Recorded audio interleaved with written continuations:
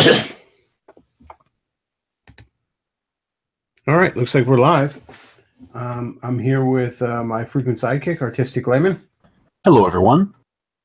And this is a sponsored live stream in which we're here to talk about for about an hour here. A topic that was paid for, Spider-Man and One More Day and the Oedipus complex at play in it. We're going to talk a lot about One More Day. We're going to talk a little bit broadly about Spider-Man, try and be more specifically as it relates to the topic at hand. But first, the thing that sort of brought this on, obviously this is a sponsored live stream. And if you want to sponsor a live stream, it's going to be roughly $10 an hour. That includes the hour live stream plus any kind of prep time.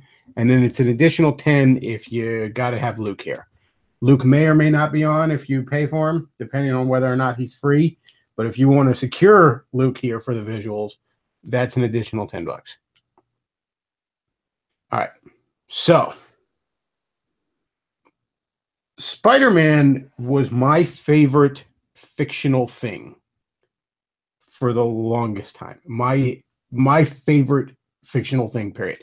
Basically, if I loved something more than Spider-Man, it was friends and family or just life itself. That's you know, God in heaven. Those were about the only things I loved more than Spider-Man. And I still like Spider-Man a lot. But the story arc One More Day put a stain on that franchise that it's lingered for so long, I'm not sure you can ever wash it off. And what is worse is that even if you did reverse it, it's indicative of a major problem, not just in the comic book industry, but I would argue almost broadly into just writing in general when it comes to everything. I mean, comic books, books, TV, movies. I'll get to this shortly during this live stream, but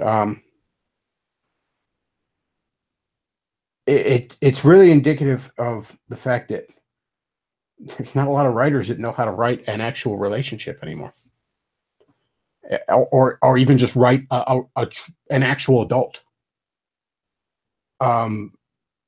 Somebody in the chat real quick says, I want to sponsor a live stream. What's your Skype handle? It's the Beckloff, all one word. You can also message me on Facebook. But yeah, I don't want to talk about the chat too much while I'm doing this, but I did see that. I wanted to answer it real quick. All right. So in the 80s, Spider-Man finally married Mary Jane. He had that on again, off again relationship with her, you know, typical redhead, bit of a party girl, but that kind of masked some real daddy issues, some real problems going on there. So the annual, and this was interesting, the annual actually had 2 covers. Now, nowadays, that's no big damn deal. You know, I mean, hell, the indie companies like IDW or Dynamite, you know, make every comic book have multiple covers, which is retarded in my opinion. But back then, it was kind of a big deal. I think one of them was for the direct market and one of them was newsstand, which again are almost outdated terms now. You know, believe it or not, they used to sell actual comic books at places other than comic book stores. You know, you had things called newsstands and they sold them at grocery stores and stuff like that. Yeah, if you get comics like from the 90s or older, you'll notice some of them say on the barcode direct market. And that means those were the ones specifically for comic book stores. A lot of times they end up having nicer covers, especially back in the 90s. Like even just the paper stock might be nicer. But anyways, it had 2 covers, which was a huge deal at the time. That was not something you saw a lot of. And in this annual is when they finally get married. They had an on-again, off-again relationship. Again, MJ had a few issues, but kind of made her interesting. I mean, you know, his prior major girlfriend, Gwen Stacy, had no issues. And in my humble opinion, the only thing Gwen Stacy ever did of interest was die. You know, That's it. Anyways, this is the annual where they get married, and there were a lot of writers even then that were not happy about it. And there were a lot of writers going forward into the 90s that were not happy about it. In their mind, this had written Spider-Man into a corner. I don't see it that way, but they did. And in my opinion, the reason they saw it that way is because they couldn't forever fucking rehash the, oh no, I stood up a date to go fight Doc Ock story from the 70s a million fucking times. I would argue Spider-Man got considerably more interesting being married. One of the things that drew me to the character initially was that this is an actual adult. He had a past that at times haunted him. He had a wife. You know, he was a functional adult. Yeah, he had trouble paying his bills sometimes. But that's the other thing. And we're going to get to this. Part of what has driven these terrible ass stories is a misunderstanding of Spider-Man's everyman appeal. People think that Spider-Man's life has to just be in the shitter for him to have an everyman appeal, and that's not true. I mean, we all have our ups and downs in life. Sometimes, sometimes the harvest is plentiful, sometimes it's not. Spider-Man's everyman appeal shines through when he's living high on the hog, and it shines through when money is tight. But writers only know how to do the drama of there was a time when they literally made him like homeless and he's running around with a burlap bag on his head because his costume got fucked up or something. It was just, it's rough. There are writers who want to turn Spider-Man into misery porn. And that's not where the everyman appeal comes from.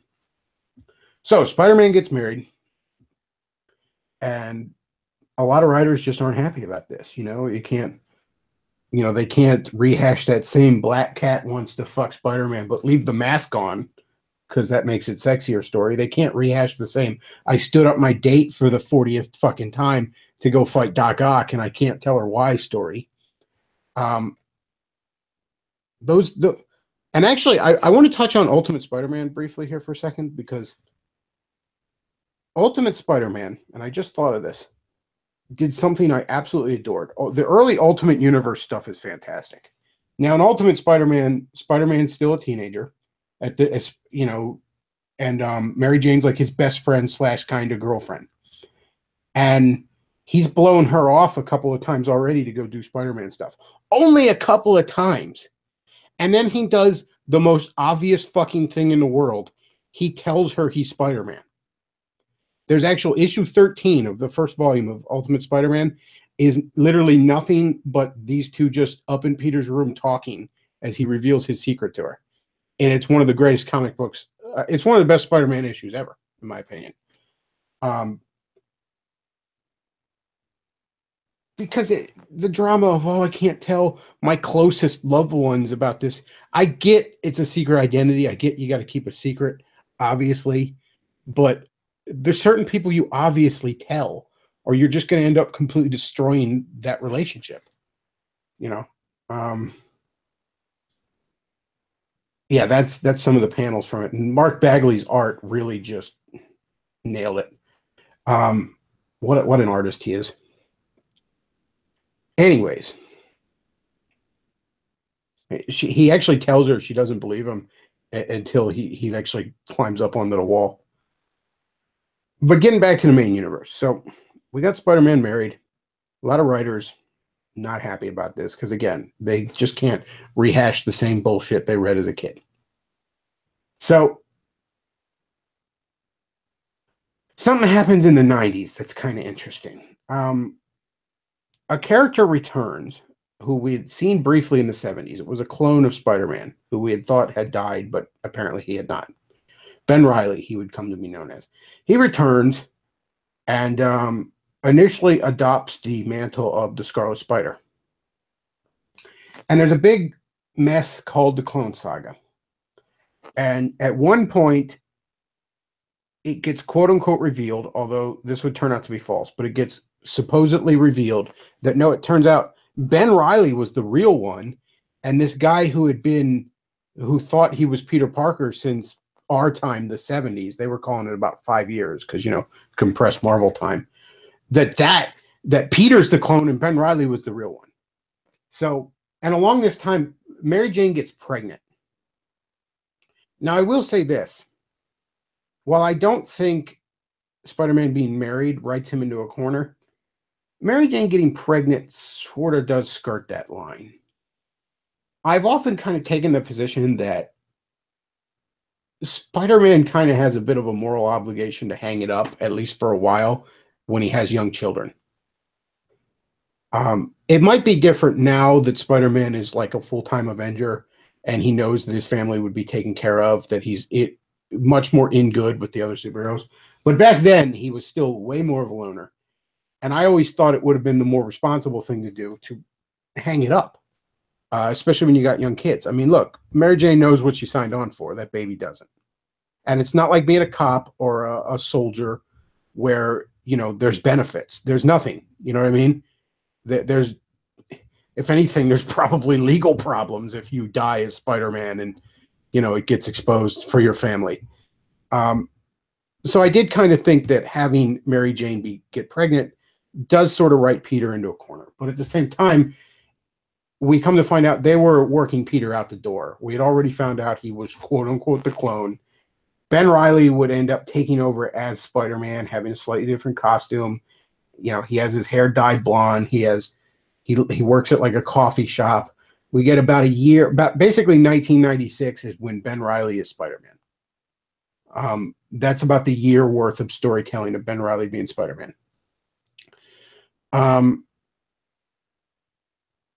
It doesn't go over well with the fans. It's not liked. First of all, the Clone Saga is incredibly convoluted and has a ton of incredibly stupid subplots going through it. All I'm going to talk about is there's a second Doc Ock who's a woman, because Doc Ock gets killed, although he gets better later because it's comics. There's a second Doc Ock who's a woman, who, I don't know how else to put this. She tries to basically like take over the internet, because back in 1995, everyone thought the internet was magic. You remember shows like VR Troopers and shit like that? I don't know how else to put it. It's just dumb shit going on in Clone Saga. There was a few bright spots, don't get me wrong. And as time goes on, I kind of like Ben Reilly's Spider-Man costume more and more as time goes on. I don't like it as much as the classic Peter Parker costume, but it kind of grew on me. It's funny, I can go back and read some of the Ben Reilly issues. See, at the time, I was like fucking 12. You know what I mean? I was like 13, something like that. I thought this shit was forever. You know what I mean? I didn't realize how much comics love to just go back on shit at the time. So I was like unhappy with it. I'm like, this sucks. This sucks. But apparently I wasn't the only one who thought it sucked, because about a year later, after Green Goblin resurfaces, the original Norman Osborn, who's been dead since basically right after he killed Gwen Stacy. But it turns out he wasn't really dead. He had actually woken up in the morgue because he had a healing factor. He had woken up from the wound and he killed a bum and had it. This is all retconned, obviously, but he killed a bum and put it in his place. And the reason the coroner didn't catch that, and this is actually in the original comic, so that's not a recon, is the idea that Harry Osborn bribed the coroner to not do an autopsy because Harry didn't want everyone knowing his dad was the Green Goblin. So there's actually a one-shot called Spider-Man the Osborn Journal that's literally that. It's just Norman Osborn's journal throughout the years as he's in hiding. And it turned out he was the mastermind behind the Clone Saga. He was the guy who got this character, the Jackal, to do the cloning. He was the guy who got the test results all forged, so it looked like Ben Reilly was the real one when he wasn't. And it was all just to try and emotionally break Peter. Well, he returns, he kills Ben Reilly, and Peter... Oh, I should mention that they had lost the baby in this story. They lose the baby. It's sort of implied that Norman hired the nurse to kidnap the baby, but that plot thread never goes anywhere. And as far as we know just now, the baby was lost right after birth. So we actually go to a status quo now where Peter's Spider-Man again.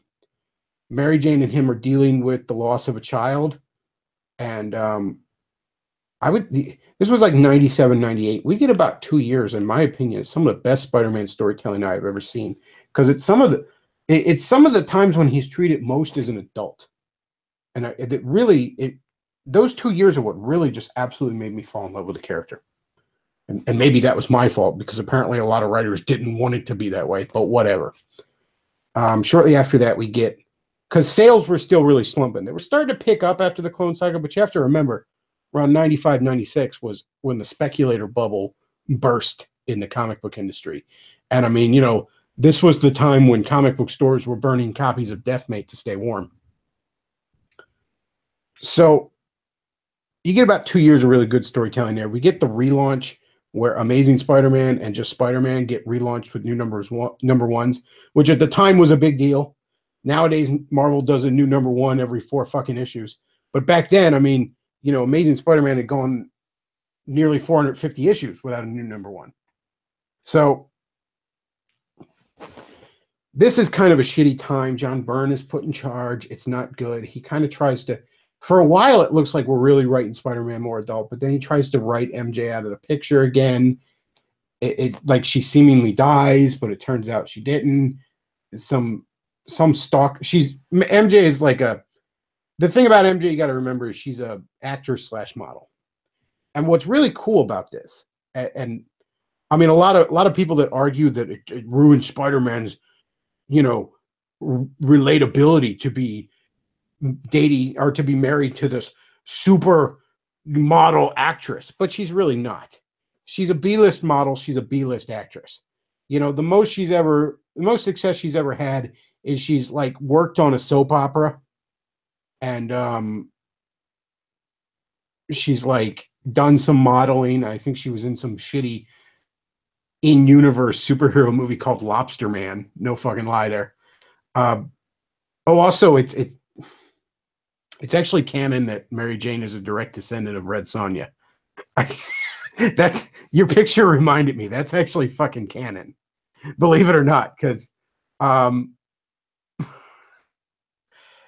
there's a Marvel team up issue, I believe it's 79, where like Cool Gath, the Conan Red Sonja villain, like shows up, and like his spirit resurrects in some museum, and Mary Jane and Spider and Peter are there, and Mary Jane touches some amulet or some bullshit. I can't remember the exact details. She touches like a sword that used to belong to Red Sonja or something, and she's possessed by the spirit of Red Sonja, and turns into Red Sonja, and Red Sonja and Cool Gath and Spider-Man all fight, and then there's a Spider-Man Red Sonja miniseries that's basically a sequel to that, where again it's just flat out fucking implied Mary Jane is a direct descendant of Red Sonja.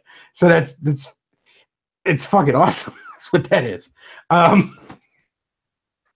Anyways, that little side note aside, and the Spider-Man Red Sonja, if you actually find the trade paperback of it, it reprints the miniseries and that Marvel team up issue. So it's worth checking out. Anyways, getting sidetracked there. Where the hell were we? Oh yeah, so after the John Byrne kind of took over, and it was sort of a soft reboot. John Byrne tweaked the continuity a little bit, but then a lot of those tweaks just got ignored because they sucked. So you have Mary Jane is seemingly killed, but it turns out she was kidnapped by some stalker who had superpowers. Some stalker who was obsessed with Mary Jane. He just happened to have superpowers and he kidnapped her. So then she gets rescued eventually. And then, in this time, I should mention, Spider-Man's a quote unquote widower, and he ends up like homeless and shit. It was just fucking misery porn. It was really bad. So, and I realize we haven't even gotten to one more day here. I have to establish the fact that writers are constantly trying to drag in this direction. So anyways, Mary Jane comes back, and then they kind of separate, and then they kind of get back together, which wasn't bad drama. It was actually You know, she'd been through a lot, and we were writer J. Michael Starskansky. I can never pronounce that guy's name right. The guy who created Babylon 5. He was doing Amazing Spider-Man at this point, and he was working to get Spider-Man and Mary Jane back together. He just wanted to do it more organically. His run on Spider-Man was very good to a point. Everything he did that's kind of covered under what's generally referred to as the Totem Saga, which is a whole different topic, I think is really good. After that, it's clear he really didn't know what the hell he was doing with the character. He's technically the writer of One More Day, although I would argue One More Day is much more Joe Quesada's baby, which we'll get to. In fact, JMS wanted his name taken directly off of it. I love that cover, by the way. Amazing Spider-Man number 500. That's just, first of all, J. Scott Campbell is a fantastic artist, and I loved how he drew freckles on Mary Jane, but that's just my personal taste, shall we say. But yeah, I absolutely adore that cover. Fun fact, in the final version, the Vulture's not in it because there's this big like 500th issue word bubble or something that blocks him. So they just took him right out. But yeah, great cover. Anyways, so during this time, Spider-Man ends up joining the Avengers full time. Him and his family end up moving into Avengers Tower. And you get some really cool moments. I actually thought Spider-Man was long overdue to be a full-time Avenger. I really liked, again, it was making him more adult. He was more accepted by his colleagues, more respected. You have to remember, Spider-Man kind of always dealt with being the kid. Even as an adult, he was sort of the kid among his superhero peers. Because, you know, back in the Silver Age, when, you know, most of these characters appeared, basically, like, Human Torch, Spider-Man, and the original 5 X-Men were the only heroes that were teenagers. The rest of them were already adults. You know, Captain America, I mean, you know, he's in his late 20s, assuming you don't count that big, long ice nap he took. You know, Iron Man is in his late 20s, early 30s when it starts off, you know. Everybody's well into their adulthood, you know. And then you have to imagine that from that time to the present, you know, with the time crunch, about 15 years has gone by. So, yeah, Spider-Man's in his late 20s now, but everybody else is a good 10 years older than him, of his main peers that started around the same time he did. So he was always sort of seen as the kid. And it was really cool when he became a full-time Avenger. He's much more respected. I really liked that a lot. A lot of people tried to argue that he shouldn't be an Avenger, and I thought the arguments were stupid. Like, I can't think of a more polite way to put this. Because the main arguments I always heard were, A, it ruins his everyman appeal, which, again, as I established, his everyman appeal does not come from the situations he's in. It comes from how he handles those situations. The other argument was, he's not powerful enough to be an Avenger, which was outright fucking retarded. Because being an Avenger is not about power level, all right? You have, like, Black Widow and Hawkeye in the fucking Avengers, okay? Not everybody has to be Thor and Hulk and shit like that. And Spider-Man's pretty powerful. People don't give him enough credit. I mean, you know, the guy can bench press 10 tons, all right? No, he's not the Hulk, but, you know, he's not just a dude. The other reason I always heard was he's too much of a loner. I mean, you know, Batman's a loner, and nobody questions him being in the Justice League. You know what I'm saying? Wolverine's a loner, and nobody questions he belongs in the X-Men. Hell, at the same time as Spider-Man became a full-time Avenger, Wolverine fucking joined the Avengers, which I might add worked far better than I ever thought it would. I ate my words on that, because when that was announced, I thought, that's a dumb idea. I don't think he works in the Avengers at all. And holy shit if he didn't. I really got to give it credit. He fit in that team like a fucking glove. I never would have saw that coming, but Bendis proved me wrong on that. So, shortly after he joins the Avengers, we get the story arc Civil War. Now, if you watch the movies, you kind of know what Civil War was about. The comic version is considerably different, but the basic core is there. The government wants superheroes to register. Iron Man's on board. Captain America's not. Battle lines are pretty much drawn along those lines. Now, initially, Spider-Man sides with Iron Man because Tony had sort of been something of a father figure after Spider-Man joined the Avengers. He really kind of took Peter under his wing. They're very similar. In fact, it's a very similar dynamic to what you saw in a little bit of in Spider-Man Homecoming, if you watched the movies. Not quite that much of one, because obviously Spider-Man is an adult at this point. But Tony's older. He's very similar to him in temperament. He actually makes Spider-Man an Iron Spider, armored costume for him to use. They really bond pretty quickly. So Spider-Man just sort of initially goes with Tony, even though and partway through he just says, "No, screw this. This is wrong," and he sides with Captain America. Because while the superhero act on paper might not seem that bad of an idea, as is often the case with government actions, the execution was disastrous and monstrous and downright evil. And I'll give you a perfect example of this. It's supposed to be a registration of superheroes, but it almost immediately, in fact, basically immediately turned into a purposeful registration of anyone with superpowers, almost to the point where if you have superpowers, you belong to the government now. In fact, it gets to the point where Luke Cage was actually against the superhero registration, and he refused to sign it. And he literally is sitting in, like, people are asking him, like, what are you going to do? He goes, I'm just going to sit in my apartment and not bother anybody, and we'll see what happens. And literally, SHIELD agents come knocking on his door at midnight that night when the act goes into effect, coming to arrest him. He had not done any superhero activities.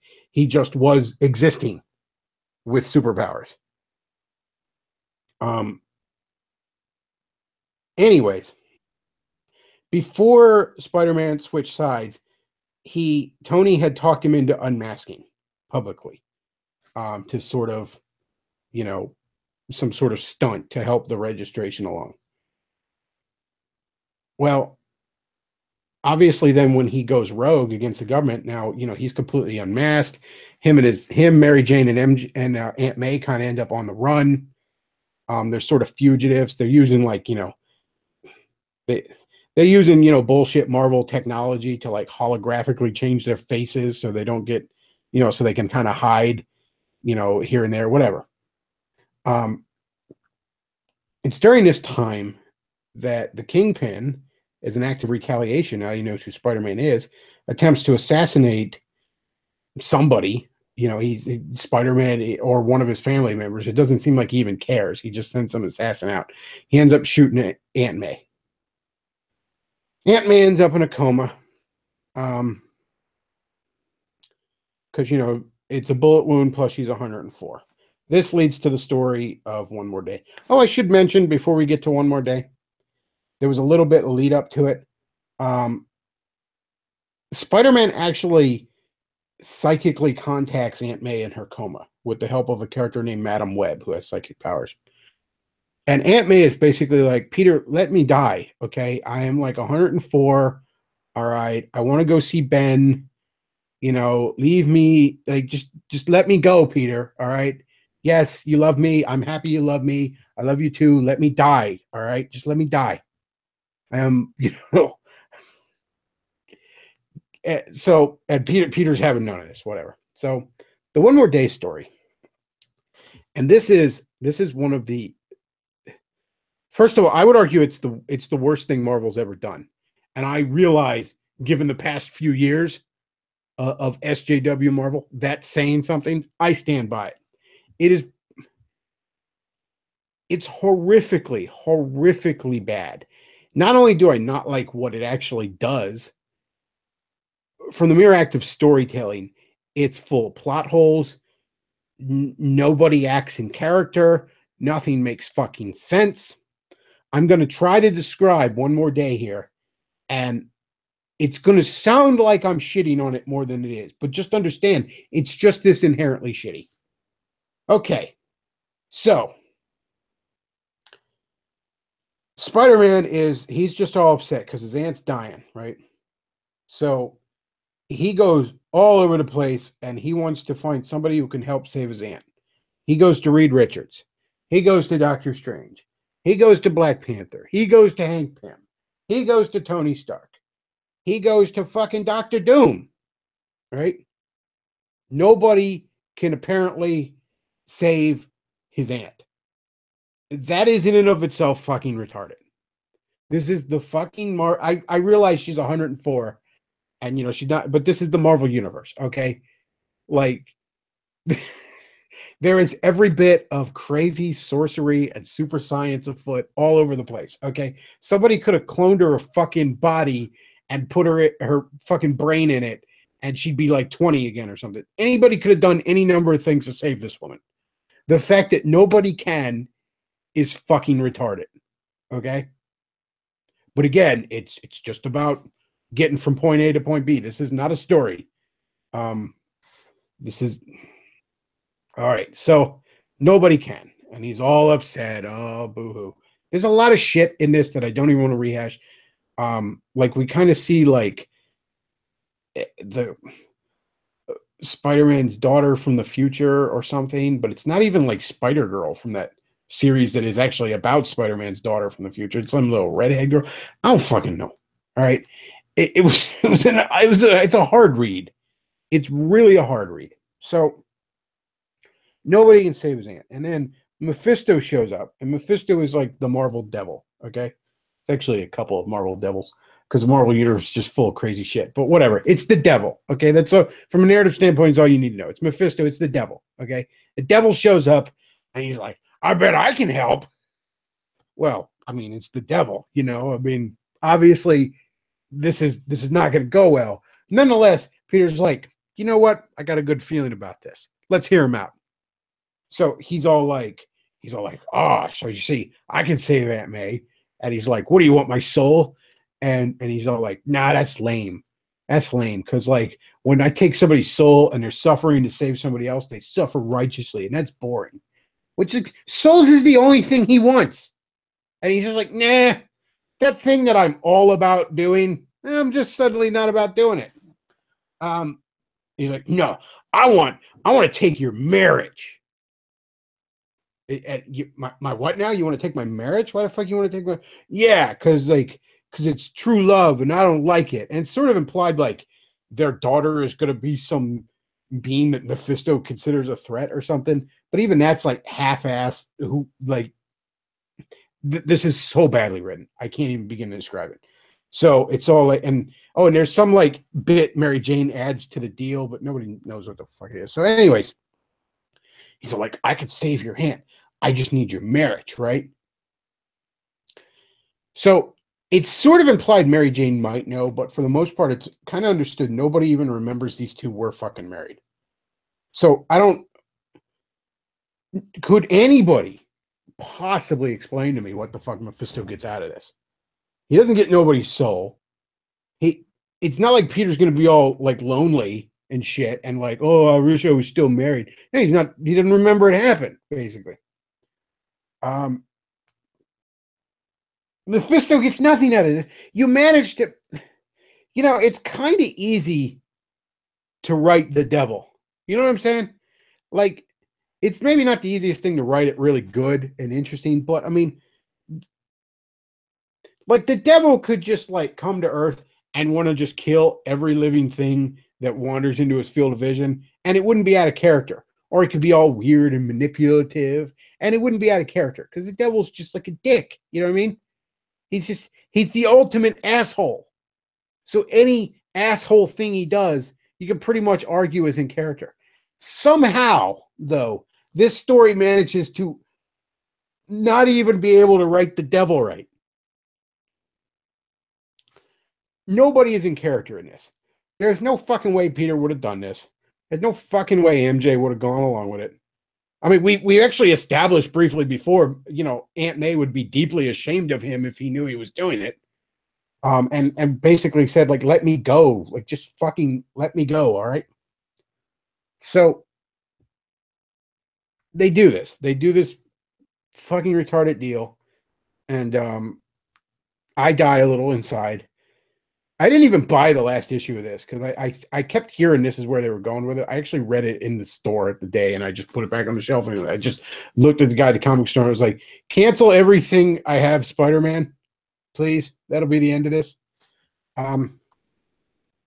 So, and what's fucked up is like, you may ask, like, well, what do people remember having happened? Because part of this also is nobody remembers Spider-Man unmasking. So, all right, whatever. Also, like, all the storylines basically with Spider-Man and Mary Jane hanging out, like being together. Oh, they weren't married; they were just living together. Okay, fuck. All right, so this deal happens, right? And then Peter Parker wakes up, and this really seals it. This is what we're going to get into here in a second. This is one of the most disgusting things I'd ever seen in a Marvel comic book. And again, I'm yes, I'm aware of what Marvel has become recently. This is worse. Peter wakes up in bed and you hear somebody calling him from downstairs, like calling him Tiger. And he comes downstairs and it's his fucking aunt calling him Tiger. Now, for those of you that aren't Spider-Man fan, let's put this in context. Tiger is what Mary Jane calls Peter. It's what she's always called Peter. It's what I'd have to imagine she screams mid fucking orgasm for him. All right. That is her name for him. Can you imagine if there's this like pet name that your wife always calls you that probably yells for you in bed and then your mom said it to you? Wouldn't that be the grossest fucking thing in the world to you? Like if I was Peter, and Aunt May called me Tiger, I'd be like, don't you ever fucking call me that again, woman. Look, I love you. You're like a mother to me, but I will punch your head clear off your shoulders if you ever call. I don't want to hear that word coming out of your mouth again, woman. If you're at the zoo and you see a tiger, you better say, hey, look at that big striped cat. Because I don't want to ever hear that fucking word come out of your mouth again. That is disgusting. Now, if you excuse me, I need like 40 showers. So that's not what happens. No, Aunt May calls him Tiger. And then just in case you're not getting the fucking subtext, put up that picture from One More Day here. I titled it Ew. Okay. So Aunt May is cooking him breakfast. He wakes up to his fucking maternal figure cooking him breakfast, calling him the pet name that his wife called him, and then he's kissing her on the neck. Or no, I'm sorry, on the cheek. He's like all hugging her, kissing her on the cheek. Holy shit. That is disgusting. One More Day. It's what is One More Day about? Is it about a deal with the devil? I guess, but that the concept of a deal with the devil is so thoroughly botched. You almost can't. No, One More Day is the story of how. Now, bear in mind, Joe Quesada, former Marvel editor-in-chief, Joe Quesada, he was the brainchild behind this. JMS wanted his name taken off of it, and when you see that panel, you can fucking understand why. This is the story of how Joe Quesada, in my opinion, wants to fuck his mom. This is an Oedipus complex through and through. Because what happened here? Peter Parker chose his mother over his wife. That is what this story is about. And this disgusting ass shit at the end, just in case you missed it, we're going to hammer it home for you. He chose his mother over his wife. Now you can argue, well, he saved the life of his mother and just gave up the marriage. It's just a marriage compared to a human life. I get that, but we're talking about a narrative here. We're talking about symbolism here. He chose his mother, his aunt. I know it's his aunt. It's his maternal figure. Raised him since he can damn near remember. He chose his mother over his wife. That is what this is the story of.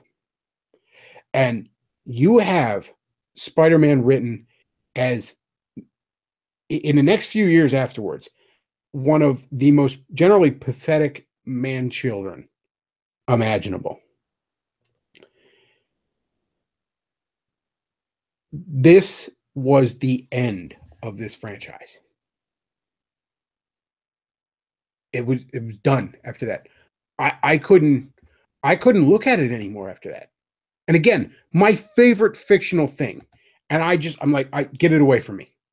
I didn't even like reading Avengers anymore because he was in it. You know what I mean?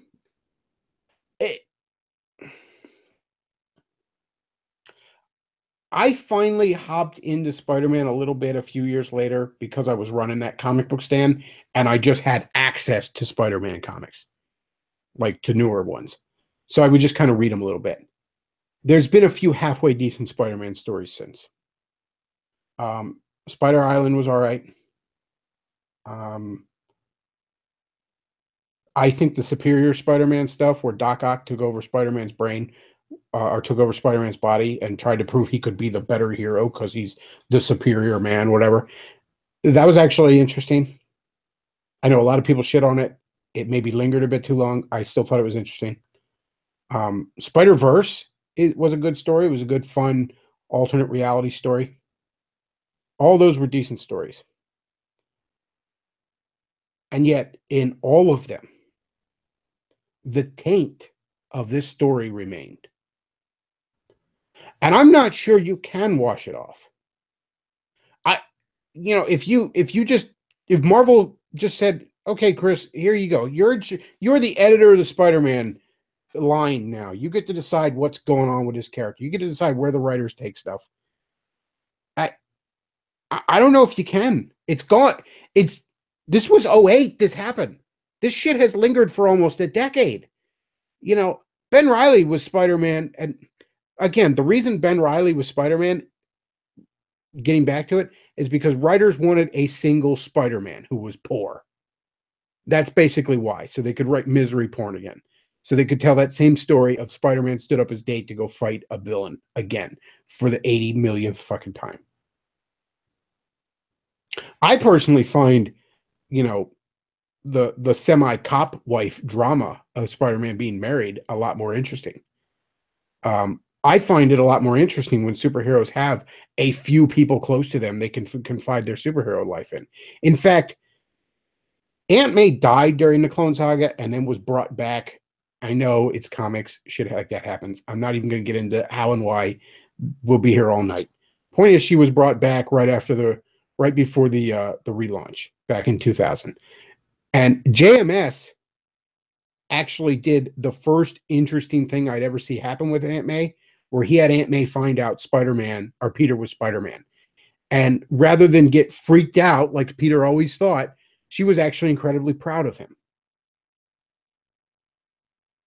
And it was great storytelling. It was the first time Aunt May became not annoying, but actually interesting. Like, why wouldn't you tell your parent if you were in this situation? Why wouldn't you have a few close people who knew? I mean, your life is in the shitter. If you can honestly say to me, if you were a superhero, there's no one in your life you would tell. That's a sad life. And it's basically misery porn. It's not the kind of life I want to read about.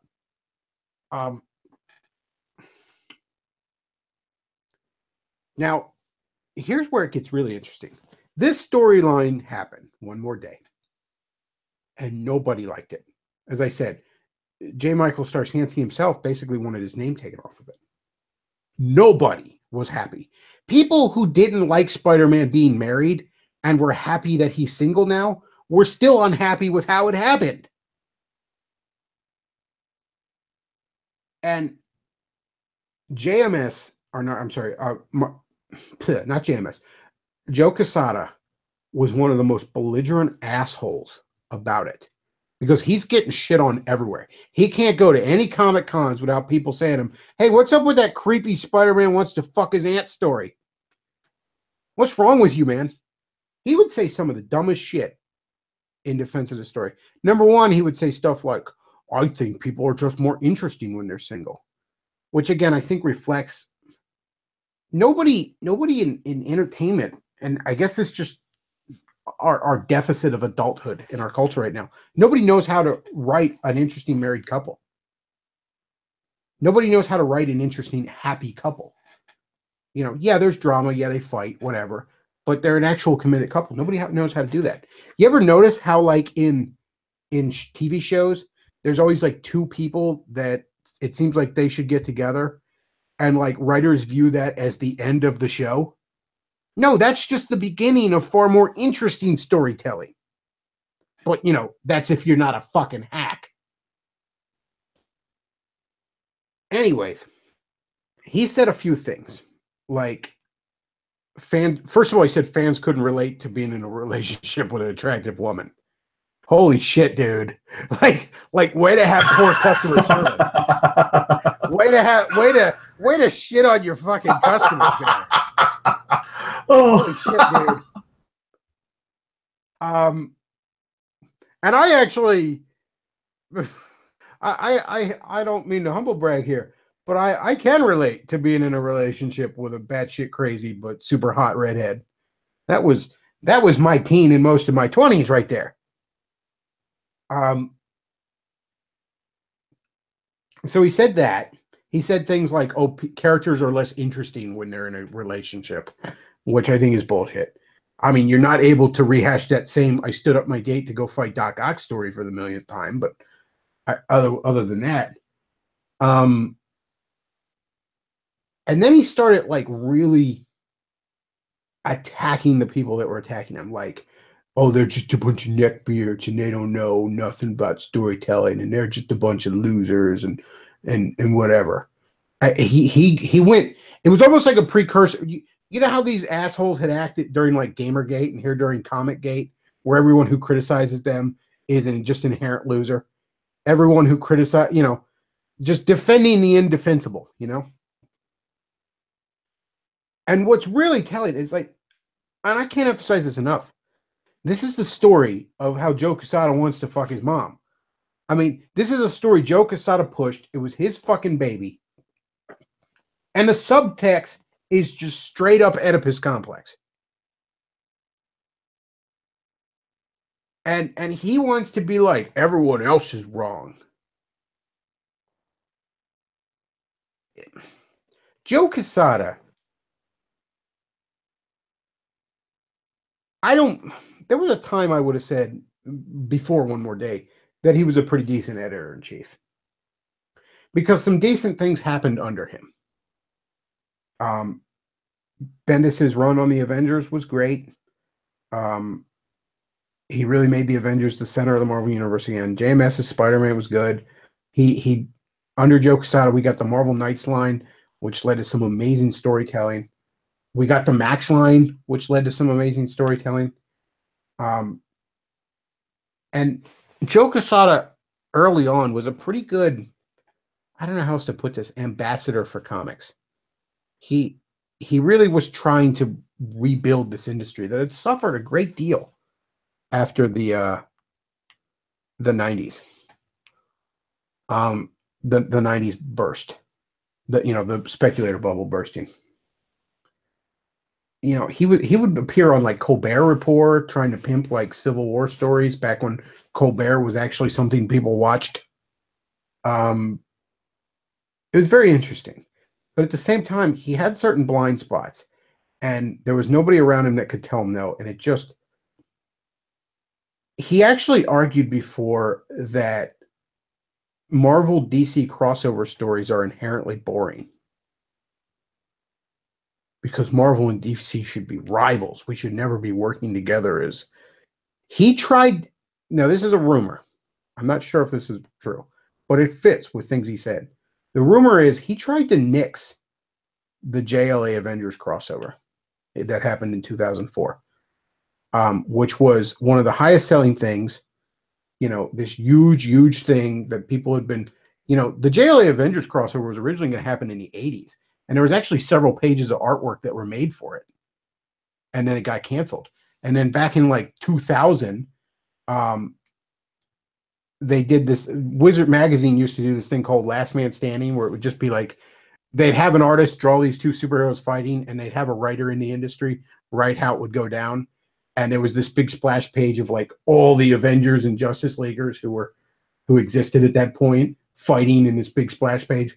And that actually got Kurt Busiek and George Perez lobbying, you'd think I could talk, lobbying really hard to make this crossover happen. And supposedly Quesada was the coldest in the room to it. He damn near nixed it. And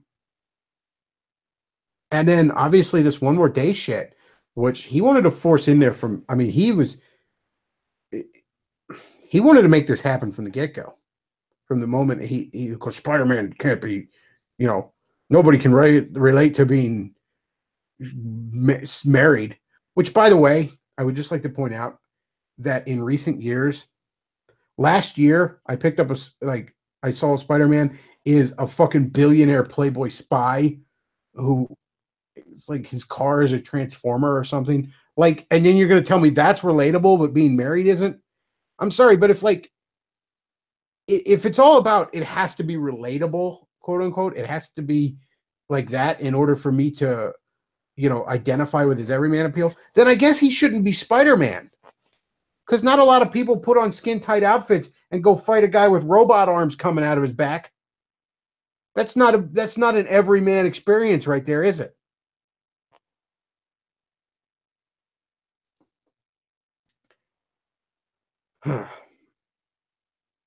The absolute Oedipus complex in this, in One More Day, though, I can't. And what was really weird, not a lot of it's picked up a bit more in recent years. Not a lot of people initially talked about it.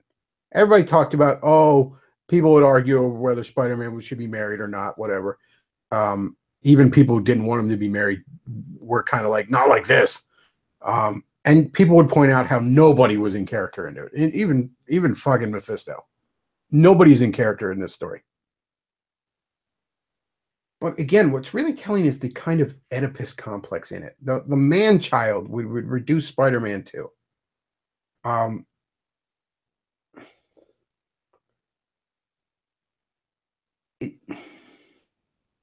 to think of how to put this here.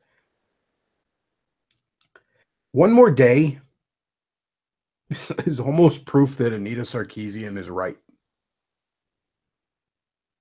Almost. One More Day is the most childish man-child shit you can possibly see.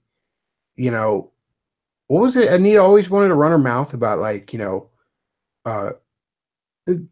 toxic boyhood fantasies and, man-child shit and, women as disposable and bullshit like that. One More Day has all that crap. Now, of course, I mean, she wouldn't even know what the fuck One More Day is. This is just something she glommed onto to push her bullshit feminism.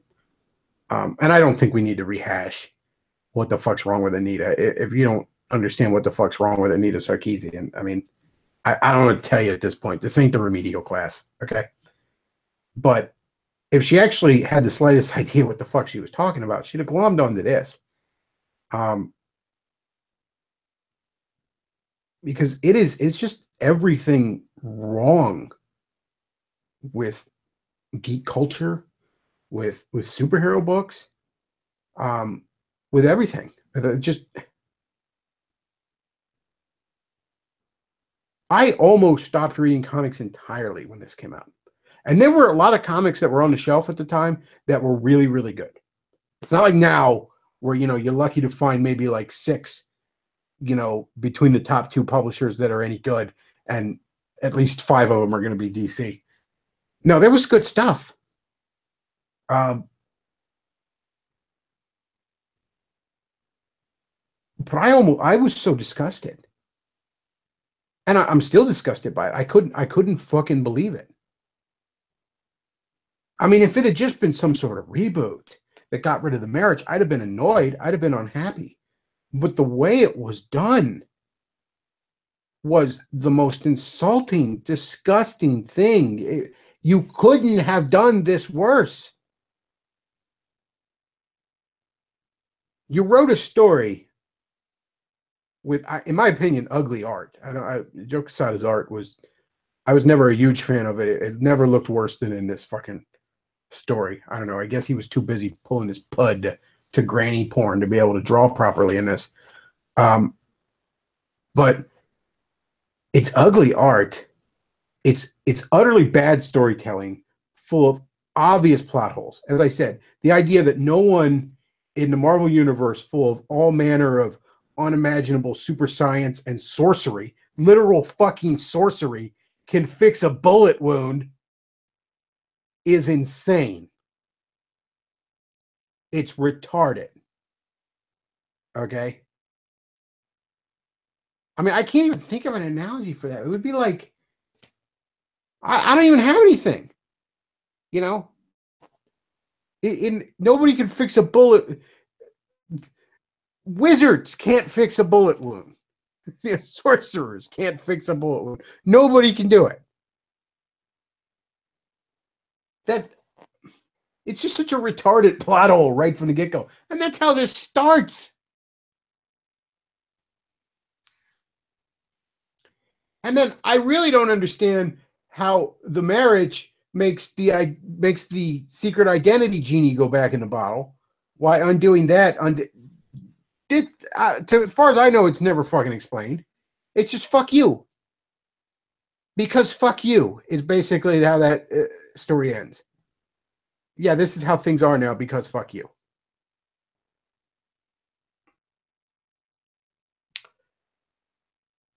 This was the beginning of the end for Marvel.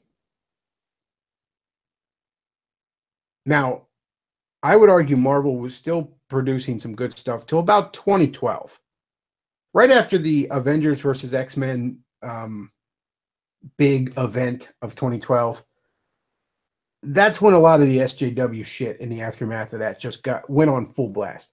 That's when Carol Danvers became Captain Marvel and got a lesbian haircut and lost everything interesting about her character. And then shortly after that, we get Durka Miss Marvel and Girl Thor and Dindu Captain America and just the whole 9 yards. You know, we enter a state where the only white characters allowed are increasingly stupid alternate reality versions of Gwen Stacy. That's where Marvel went right after 2012. But I would argue where the rot really sat in was right here. This was the beginning of the end. This really was where and maybe it's just me because I'm such a Spider-Man fan, but I mark this as when this is when it started to die. You know, maybe 2012 was when it got to, you know, the point where the patient was basically bedridden. But right here, I think, is where it caught the disease.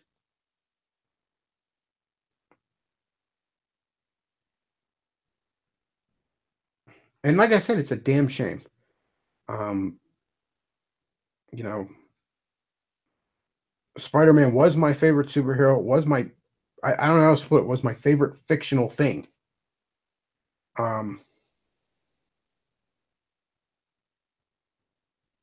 And the books have never had the same appeal.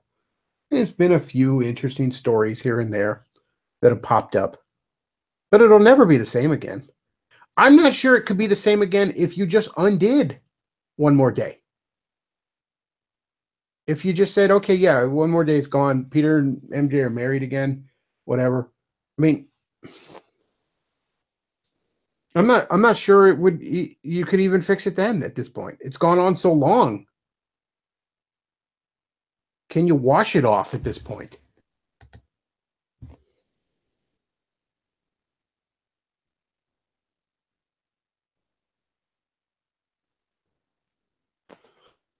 All right.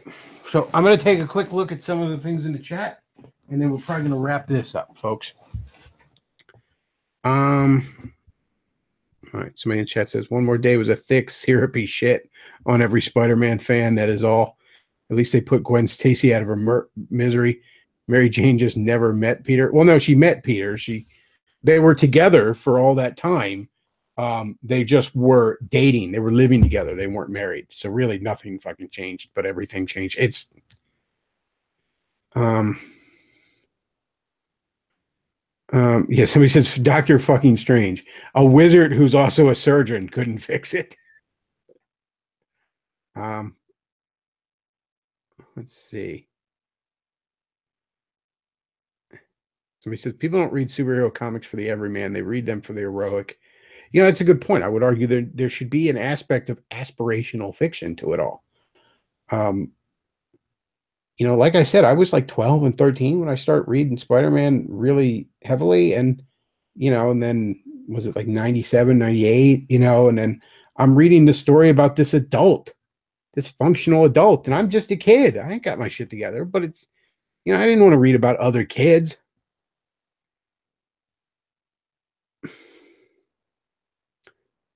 Let's see. Somebody says so his aunt became his cougar. Let's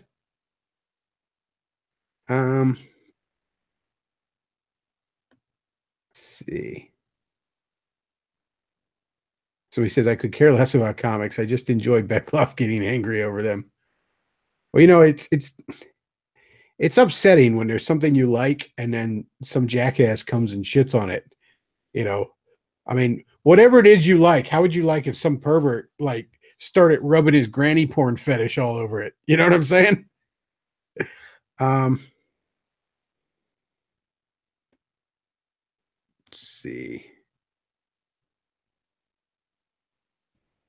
Um, Somebody asked Luke how much money would it take for you to take the head role and have Beckloff be the sidekick for 1 hour? I don't know. You'd have to message us, figure out exactly what you had in mind. Um, all right, that looks like the end of the chat there. Yeah, so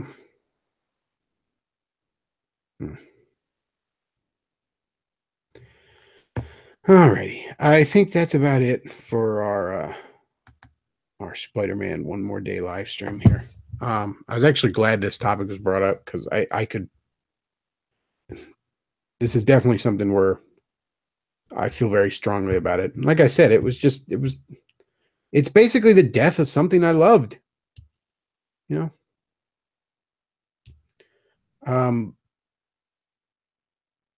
And there have been Spider-Man stories since, like I said, that have been good, that I probably would have enjoyed a lot more if not for this stain on things. But it's hard to get into any of it now. All right. So if you would like to sponsor a live stream, like I said, they're $10 an hour. It's an additional 10 if you want Luke, and $10 an hour means basically whatever kind of prep time I got to throw into this. Like for something like this, I didn't need a tremendous amount of prep time. Mostly just to gather my thoughts, maybe find a few pictures I wanted Luke to use, because it's something I've thought about for a while now. I pretty much know what I'm talking about. It'd be different if it's something where I got to watch a movie I've never seen before. You know how it is. Also, if you enjoy the live stream, if you enjoy my content, there's the PayPal and the Patreon down below where you can send me some shekels. And Patreon has, they kind of, about a week ago, they were like, oh, we're going to do some little fee for smaller contributions. Well, I just got the email today. It's been announced. They realized, oh shit, that was a dumb idea. We're sorry. You see, Joe Quesada, you can actually admit a dumb idea and go back on it. Anyways, so there's the Patreon, there's the PayPal. Support the stream if you enjoy it. As I said before, there's not going to be the regular weekday show. I'm adjusting to a new third shift schedule, and new job. Let me get into my schedule here. I'll figure it out, and within probably a couple weeks. And remember, it is also Christmas coming up and shit. In a couple weeks, I'll figure it out. I'll get another regular week show, big week show. In the meantime, I will try to stream as much as possible. In fact, I intend to stream again later tonight. because I start third shift tomorrow. So the plan is to stay up very late tonight, probably till 5 or 6. I doubt the stream will be that late, but probably around midnight. Maybe I'll stream, maybe 11. I don't know. We'll see. It's only 9:30 now. So, all right, folks. Like I said, I want to thank you all for listening. Support the show if you enjoy it. And, if you're up late, check out later tonight. There'll be a stream. Luke, thanks as always for your sidekick duties. And, on the off chance you should hear this joke, Sada, go. I don't even know what to say. You motherfucker need Jesus. I don't know what to say to you.